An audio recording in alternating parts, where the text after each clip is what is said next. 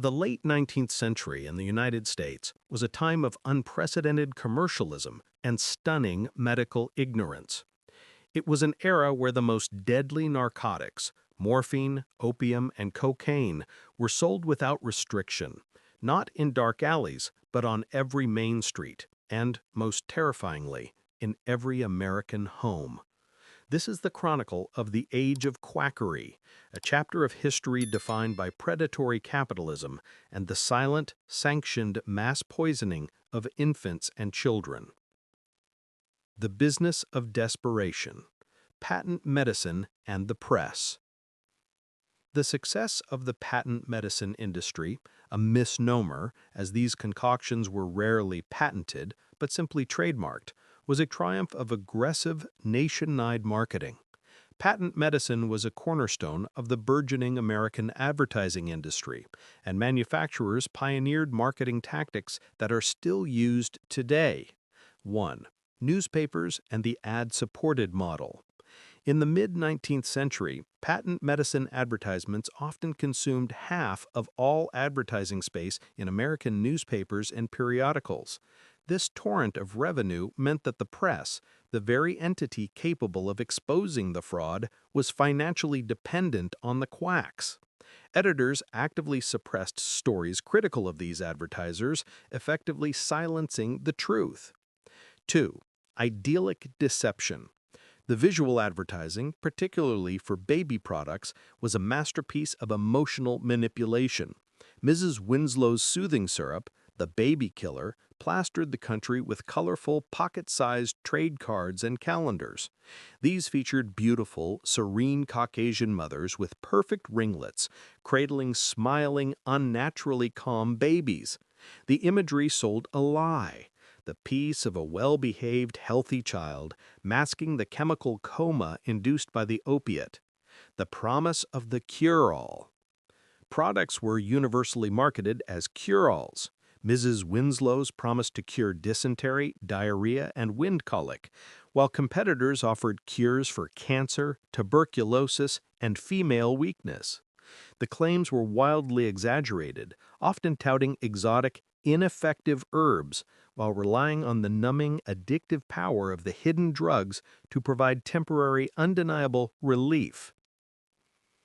The silent killer. Morphine in the crib. The most popular of the baby syrups was Mrs. Winslow's, first marketed in 1849. Its formula was simple, yet lethal, a high concentration of morphine sulfate dissolved in alcohol. The recommended dose for a 6-month-old child was equivalent to about 20 drops of laudanum, opium tincture, a dose that medical experts of the time warned was lethal. The effects were profound, tragic, and guaranteed repeat business. Immediate tranquility. The morphine instantly suppressed the baby's cries by inducing a deep state of sedation, masking the pain of teething or colic.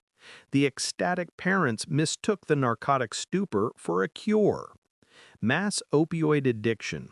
Babies given the syrup regularly became severely addicted. When the drug wore off, their agonizing cries were not just pain, but the withdrawal symptoms of a desperate opiate habit. The only relief the parents knew how to provide was another teaspoon of the sweet, deadly syrup, cycling the infant deeper into dependency. The unrecorded toll. In countless homes across America, exhausted parents administered the soothing syrup one last time for the night, only to find their child cold and lifeless in the morning. Coroners, limited in their investigative tools and often swayed by the omnipresent advertising, frequently recorded the cause of death as teething complications, summer complaint, or natural causes. The deaths were not viewed as murder or poisoning, but as the unavoidable tragedy of infancy. Doctors' warning. Long before the law changed, honest physicians were aware of the danger. They called the patent medicine manufacturers unscrupulous commercialists and explicitly denounced Mrs. Winslow's soothing syrup as a baby killer in medical journals.